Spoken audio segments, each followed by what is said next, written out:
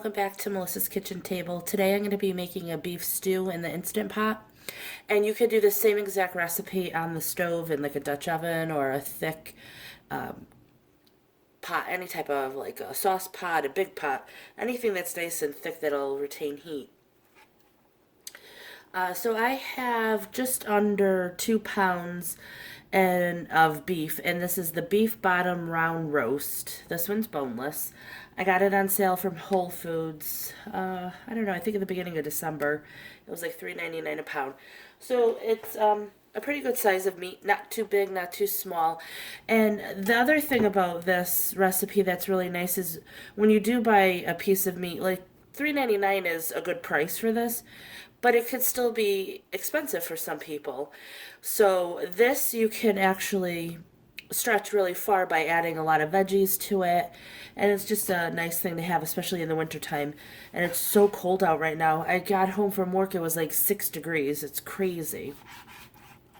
So what I'm doing is I'm going to cut these into about, I don't know, maybe half-inch cubes. Now when you buy stew meat, a lot of times they're a lot bigger. You see, I'm going to cut it into pieces like that.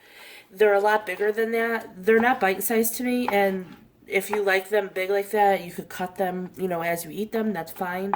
But I just like to use a spoon and eat this out of a bowl. So I like to cut them into bite-sized pieces for us. But that's a personal choice, so you could do whatever you like. So I'm going to go ahead and cut this whole roast up. And in the meantime, if you're doing it in a Dutch oven or if you're doing it on the stove, whichever, I'm going to go ahead, you would heat your skillet up. And right now I'm going to be heating up my Instant Pot. Now if you're doing this in a crock pot, you can just throw the meat in when you're ready, or you can put it in a saute pan first. To be honest, I think it comes out just fine, even if you don't saute it first. But I'm going to go ahead and do that anyways. So I'm going to go ahead and cut the rest of this meat up, and we'll be right back. Okay, so to my Instant Pot, I've added about a tablespoon of butter and oil. And the oil is so it doesn't burn. The butter is for flavor. I'm just going to let that melt.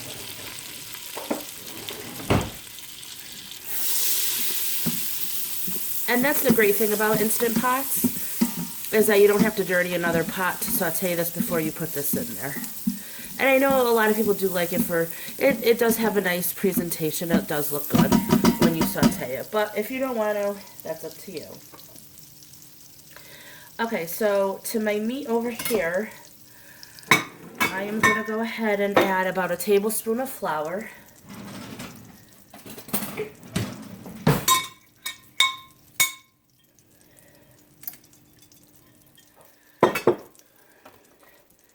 So as you can see, I added the flour to the meat, and then just mix it up a little bit.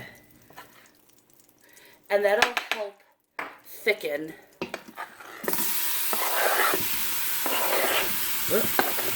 Overboard. That'll help thicken the stew. Because you don't want it to be like a soup, you want it to be a thick gravy in there. So you're just going to go ahead and layer that along the bottom and let that saute. Now when you put the crock pot on for saute, you're going to hit the saute button, and I put it on more or high, and then I wait until the actual thing says hot, then you put your food in. So I'm going to let this saute for a couple minutes, and we'll be right back. Alright, so the beef is almost done browning. Now over here,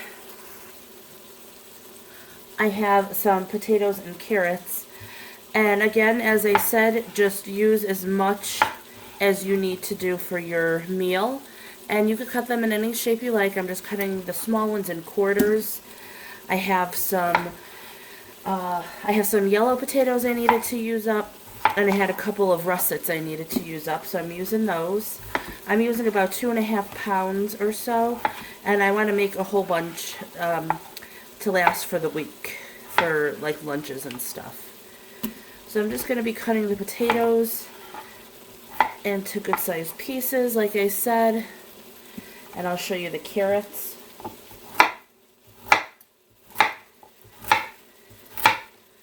So depending on how thick they are, You want them all about, you know, around the same size or so. Might even cut that one in half. About that size. Because you do want it all, obviously, to cook at the same time. Okay, so if you were doing this in the stove, you would put all the veggies in, and then we would add the water to it. The same with the Instant Pot and the same with your crock pot. We're going to get all the vegetables in, and then we'll put our seasonings. So I'm going to go ahead and do the potatoes and the carrots, and I'm also going to be adding 2 good-sized onions.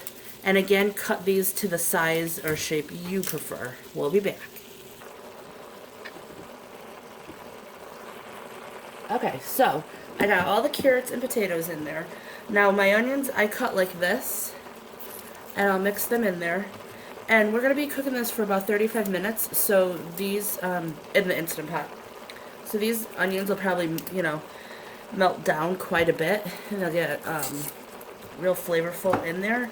So what I do like to do is I put a small onion, I leave it whole, just because I like to eat the onion whole like that. My husband does not, but he doesn't mind it in the instant, you know, in the whole meal, if it's cooked down. So that's how I'm going to do the onions. And again, put as many or as little as you'd like. Now the only other vegetable I'm going to put in here are green beans. You could put peas, you could put whatever you want. You could also use pearl onions. A lot of people like to use that. But I'm not going to be putting the green beans in now. They'll overcook in here. So I bought a steamable bag of green beans. I'll just steam them in the microwave and then throw them in at the end.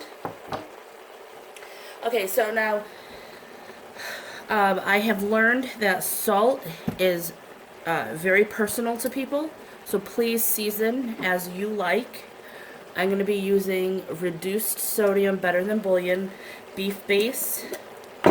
There's a lot of stuff in here. So I'm going to use probably like 2 teaspoons full. And I understand there's sodium. There's a lot of meat in here. I didn't use other salt. You can use beef broth if you like. They have no salt added. You could use regular beef broth, whatever you prefer. And I'm also going to be using Gravy Master. So just put a couple of those in there, swishes. And then I'm going to use about 1.5 cups to 2 cups of water.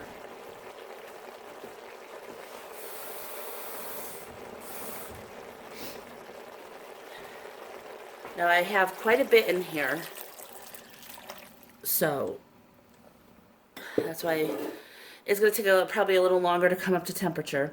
So I'm going to go ahead, make sure my lid is on sealing over here, and then I'll just put it down and turn it on.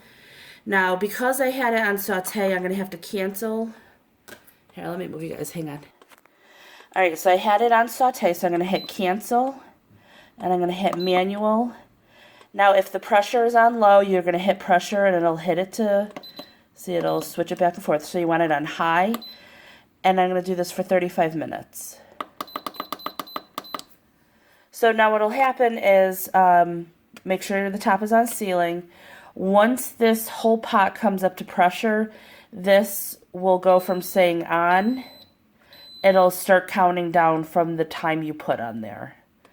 Alright, so after that's done, I'm going to go ahead and manually release it, and then I'll show you what it looks like.